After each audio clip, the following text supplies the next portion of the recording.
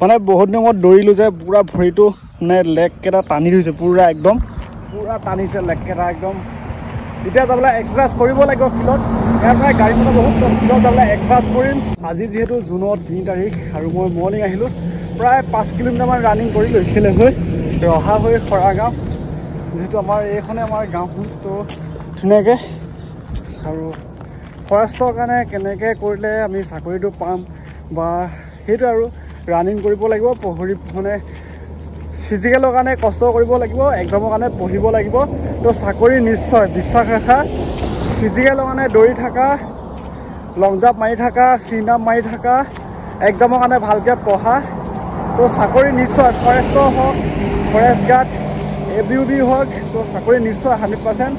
তো মই আহিলোঁ আমাৰ ৰানিং তো ইয়াত গাড়ী মটৰ বহুত আহে কাৰণে মই ইয়াত ভিডিঅ'টো নবনাওঁ তো ধুনীয়াকৈ মই পথাৰ ফালে গৈ আপডেটবোৰ দি আছোঁ আজি কিহৰ ওপৰত কথা পাতিম তো ধুনীয়াকৈ জোতা চোতা পিন্ধি আজিৰ পৰা সাজু একদম তো প্ৰেক্টিছ কৰিলোঁ অকণমান তো সেইটো আৰু গাড়ী মটৰ বহুত কাৰণে মই ধুনীয়াকৈ ঘৰত গৈ পেলাই ভিডিঅ'টো আৰম্ভ কৰি আছোঁ। নমস্কাৰ গুড মৰ্ণিং মই পলাশ আপোনালোকে চাই আছে পলাশ আছাম যিহেতু মই ইউটিউবত মোৰ চেনেল আছে মই খুলিছোঁ মই আপডেটবোৰ দি থাকোঁ তো এইটো আপডেট আমি যে আগন্তুক Assam police ABUB constable Assam ফৰেষ্টৰ আহি আছে তো ইণ্টাৰভিউ অতি কম দিনৰ ভিতৰতে এপ্লাই হৈ ইণ্টাৰভিউ ফিজিকেল টেষ্ট দিব লাগিব এক্সাম দিব লাগিব 26 কিলোমিটাৰ ল'ৰাসকলক খোজ কাঢ়া এটা ইভেণ্ট আছে খোজ কাঢ়িব লাগিব যদি ফৰেষ্ট গাৰ্ড হয় বা সেইবিলাকে মই আপডেট লৈ আহি আছোঁ আৰু আহি থাকিম যাতে তোমালোকৰ সহায় হওক আৰু বিশেষকৈ নতুনকৈ যোনসকলে ইণ্টাৰভিউৰ বাবে সাজু হৈ আছে প্ৰস্তুত কৰি আছে মই দেখা পাইছোঁ এতিয়া বৰ্তমান ৰাতিপুৱা গধূলি দৌৰিব যায় তো সেইবাবে মই কৈছোঁ তেওঁলোকৰ বাবে আৰু যোনসকলে ইণ্টাৰভিউ কেনেকৈ কি প্ৰচেছবিলাক জানে তেওঁলোকৰ কাৰণে নহয় যোনসকলে নাজানে তেওঁলোকে ভিডিঅ'টো চালে ভাল হ'ব আৰু তেওঁলোকে কিবা এটা হ'লেও মোৰ পৰা বুজি পাব তো এতিয়া মই কথাটো ক'বলৈ গৈছোঁ আগন্তুক আসাম ফৰেষ্টৰ চাকৰিটো আমি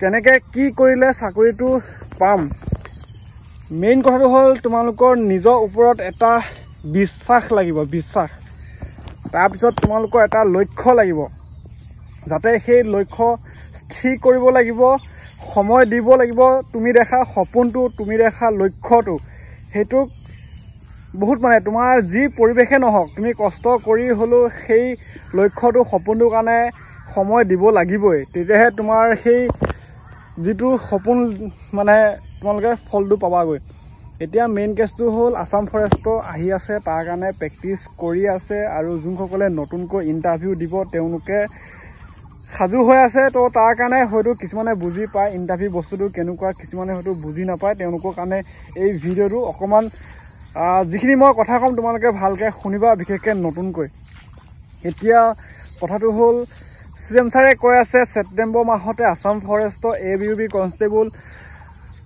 আসাম ফৰেষ্টৰ আৰু ABUB কনষ্টেবল সেই দুইটা বিভাগত বহুতখিনি ভেকেঞ্চি আহিব এটা নতুন ৰিক্ৰুটমেণ্ট তো ফিজিকেল টেষ্টো হ'ব অতি কম দিনৰ ভিতৰতে দৌৰিব লাগে সেইটো কথা গম পালা এতিয়া আমি সেই ফৰেষ্টৰ চাকৰিটো কেনেকৈ পাম বা কি কি কৰিব লাগিব বা ফৰেষ্টৰ হ'বলৈ কি কি গুণ থাকিব লাগিব তো তাৰ ওপৰত ভিত্তি কৰি কিছুমান কথা ক'ম খুব মন দি শুনিবা আৰু ভিডিঅ'টো ভালকৈ শেষলৈকে চাই থাকিবা তেতিয়া গম পাবা আসাম ফৰেষ্টৰ অসম বন বিভাগ যিহেতু আমাৰ বিশেষকৈ অসমৰ বৰ্তমান এতিয়া 8খন ৰাষ্ট্ৰীয় উদ্যান হ'ল সেইটো কথা গম পালা নেশ্যনেল পাৰ্ক তো তাৰ সুৰক্ষাৰ কাৰণে বা অসমৰ আমাৰ যিবিলাক পাহাৰ পৰ্বতৰ যিবিলাক আমাৰ বন মানে তো বন সুৰক্ষাৰ কাৰণে আমাৰ বহুতখিনি নতুন নতুন বেটেলিয়ন বা কনষ্টেবল বা ফৰেষ্টৰ AFPF ফৰেষ্ট গাৰ্ড আৰু ফৰেষ্টাৰ তো সেইবিলাক পদ অতি কম দিনৰ ভিতৰতে মুকলি হ'ব এতিয়া আমি সেইটো চাকৰি পাবলৈ আমাক কি কি কৰিব লাগিব বিশেষকৈ 1 নম্বৰত আজিৰ পৰাই দুটা কাম ষ্টাৰ্ট কৰি দিয়া মাত্ৰ দুটা কাম সময় দিবা তুমি যি কামেই কৰি নাথাকা কিয় যিয়ে যোনটো পৰিৱেশতে নাথাকা কিয় যদি ফৰেষ্টৰ হ'বলৈ মন আছে আজিৰ পৰাই আজি জুনত 3 তাৰিখ আজিৰ পৰা ষ্টাৰ্ট কৰি দিয়া মাত্ৰ দুটা কথা সদায় মনত ৰাখিবা ৰাতিপুৱা গধূলি শুই উঠিলা ৰানিং কৰিলা 5 কিলোমিটাৰ ৰানিং কৰিলা ধুনীয়াকৈ 5 কিলোমিটাৰ ৰানিং কৰিলা নেক্সট আহিলা ঘৰলৈ পঢ়াত কিন্তু আজিৰ পৰাই যিদৰে ৰানিঙত কষ্ট কৰি সময় দিবা সেই পঢ়া শুনাটো আজিৰ পৰাই কষ্ট কৰি পঢ়িব লাগিব, পঢ়াত সময় দিব লাগিব, তেতিয়াহে তোমালোকে ফাইনেল মেৰিটত ওলাই যাবা, চাকৰিটো হৈ যাব, গম পাইছা। আৰু ফৰেষ্ট গাৰ্ড বা ফৰেষ্টাৰসকলৰ সেইবিলাক ইভেণ্ট আছে, বেলেগ বেলেগ প্ৰচেছ আছে, যিহেতু তেওঁলোকৰ ছোৱালীৰ ক্ষেত্ৰতো আৰু ল'ৰাৰ ক্ষেত্ৰতো খোজকাঢ়া এটা ইভেণ্ট আছে।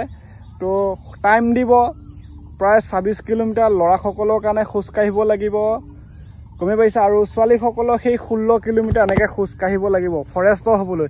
ABUB constable 3200 metre running, 16.5 foot long jump আৰু চিন আপ 14টা আমাৰ ল'ৰাসকলৰ কাৰণে। ABUB কনষ্টেবলত UBত চিন আপ নাই আৰু ছোৱালীসকলৰ চিন আপ নাই।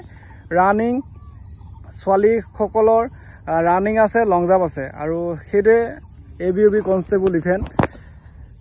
ফিজিকেলত মেডিকেলত পাছ কৰিলে, ডকুমেণ্ট ভেৰিফিকেশ্যনত পাছ কৰিলে তোমালোকৰ নেক্সট ইভেণ্ট আহে এক্সাম।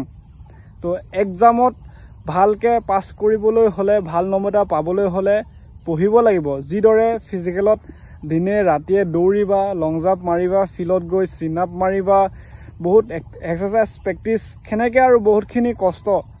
তো সেই কষ্টটো যাতে অথলৈ নাযায় ভালকৈ পঢ়িব লাগিব, গম পাইছা নহয়। এতিয়া এই দুটা কাম, ফিজিকেলৰ কাৰণে, এক্সামৰ কাৰণে, তেতিয়াহে তোমালোকৰ ফাইনেল চিলেকশ্যন হ'ব। কাৰণ আজিৰ যুগত ফিজিকেল বহুতে কষ্ট কৰি কাট অফ বহুত যায় বুলি কয়। কাট অফটো কিহৰ কাৰণে যায়? সকলোৱে কষ্ট কৰে, প্ৰেক্টিচ কৰে, ভাল নম্বৰ এটা পায়, তো কাট অফটো বেছি গুচি যায়।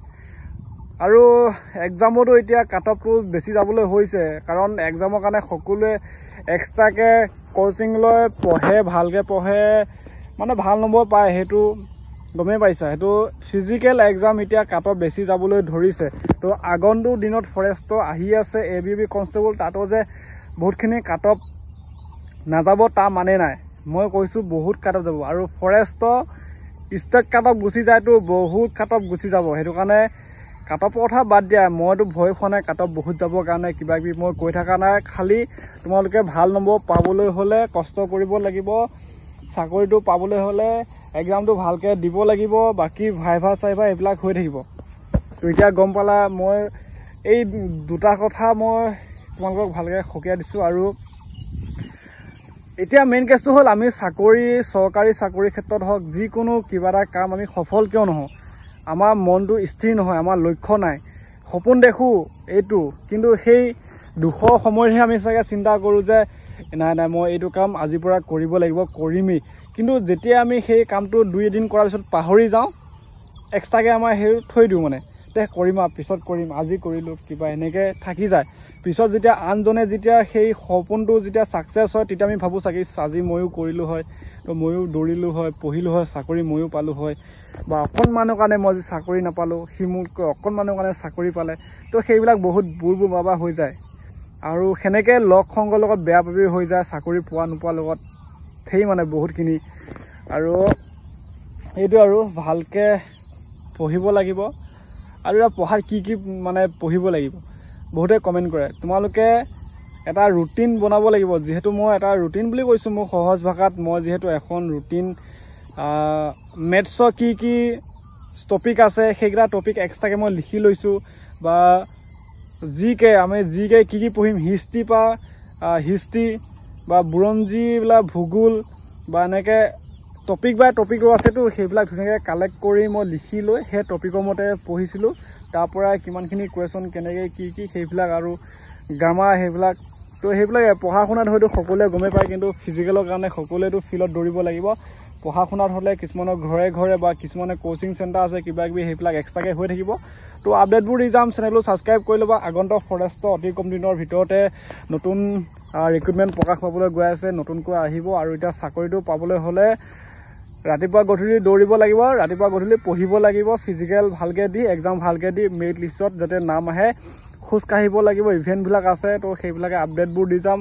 যদি পলাশ আছাম ইউটিউব চেনেলটো প্ৰথম চাইছে তো ছাবস্ক্ৰাইব কৰি ল'বা। ভিডিঅ'টো বেছি দীঘল নকৰোঁ, আৰু যোনসকলে নতুনকৈ দিব তেওঁলোকৰ কাৰণে ভিডিঅ' বনাইছোঁ। আৰু সেইটোৱে। আৰু এতিয়া মই ৰানিং কৰিব গ'লোঁ, তো ৰানিং কৰি আহি পথাৰত আছোঁ এনেকৈ আমাৰ ইয়াতে। তো মানে পৰিৱেশটো বহুত বেয়া তো বানপানীও অহাৰ সম্ভাৱনা আছে বৰষুণৰ বতৰ বাৰিষা যেহেতু তো এনেকৈ আৰু ৰাস্তাতে ৰানিং কৰিলোঁ প্ৰায় 5 কিলোমিটাৰ ফৰেষ্টৰ যিহেতু মানে ফৰেষ্টৰ আহি আছে তো ফিজিকেলৰ কাৰণে আজিৰ পৰা লাহে লাহে সাজু হৈছোঁ তোমালোকৰ সাজু হৈ থকা পঢ়া শুনা ষ্টাৰ্ট কৰি দিয়া আৰু চেনেলো যদি নতুন চাইছে তো ছাবস্ক্ৰাইব কৰি ল'বা